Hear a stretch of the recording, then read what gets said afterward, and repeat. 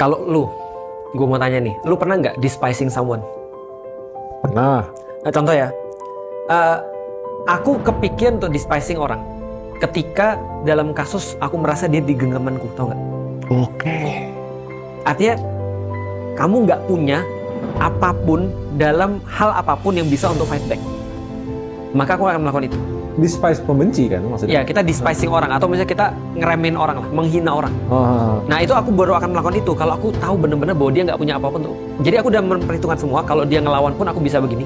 Kalau dia ngomong balik aku bisa lebih menyakitin dia lagi. Ujung-ujungnya kalau dia apa-apa, paling aku bisa matiin dia. Artinya aku jauh levelnya di atas dia. Iya. Sombong. Iya. Artinya aku merasa bahwasanya dia tuh benar-benar di bawah kendaliku gitu maksudnya. Paham gak sih maksudnya? Maka aku bisa melakukan kayak gitu. Contoh yang paling mudah, anak. Kenapa orang-orang ke anaknya sendiri lebih kejam daripada anak orang lain? Karena itu anak mereka sendiri yang sangat bergantung pada dia. Di bawah otoritas. Di bawah otoritas dia. Nah artinya orang-orang ini kenapa mereka don't even have even to hide the crime? Ya. Karena mereka merasa kita nggak bisa apa-apa. Itu kasusnya kejadian persis kayak Israel. Plain sight, kebohongan yang plain sight. Maksudnya jelas di depan mata. Mereka udah nggak perlu nutupin itu lagi. Mereka udah nggak peduli ya. Lu lihat yang terakhir yang ketika dibom rumah sakit. Ya. Mereka bilang apa? Kami mohon maaf, kami menyesal. Tapi itu harus kami lakukan karena di situ ada teroris. Jadi dia gini, lu mau apa? Dan itu yang aku rasa, tau nggak? Itu di antara aku hidup sebagai seorang muslim 18 tahun. Karena sebelumnya aku nggak peduli, 20-an tahun lebih. Karena sebelumnya aku nggak peduli dengan politik sedikit pun. Itu yang aku rasa. Ketika MK itu ngubah aturan.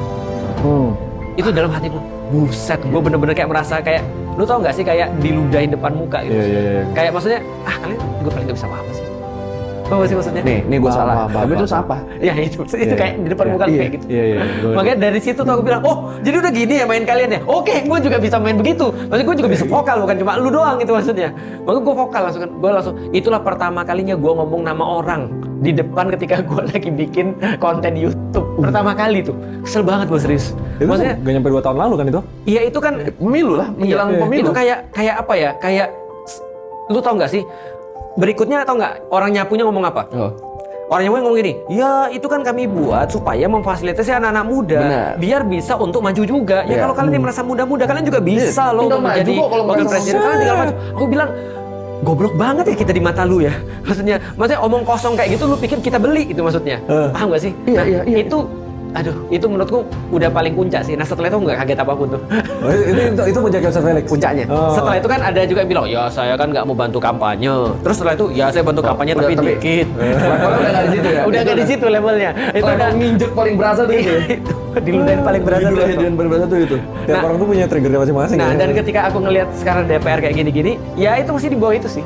Artinya iya serius itu masih di bawah itu. Technically ya sih, Iya, karena kan itu benar-benar kayak, ya ampun, maksudnya lu nyapunya juga kayak gitu. Berarti ada faktor ini dong.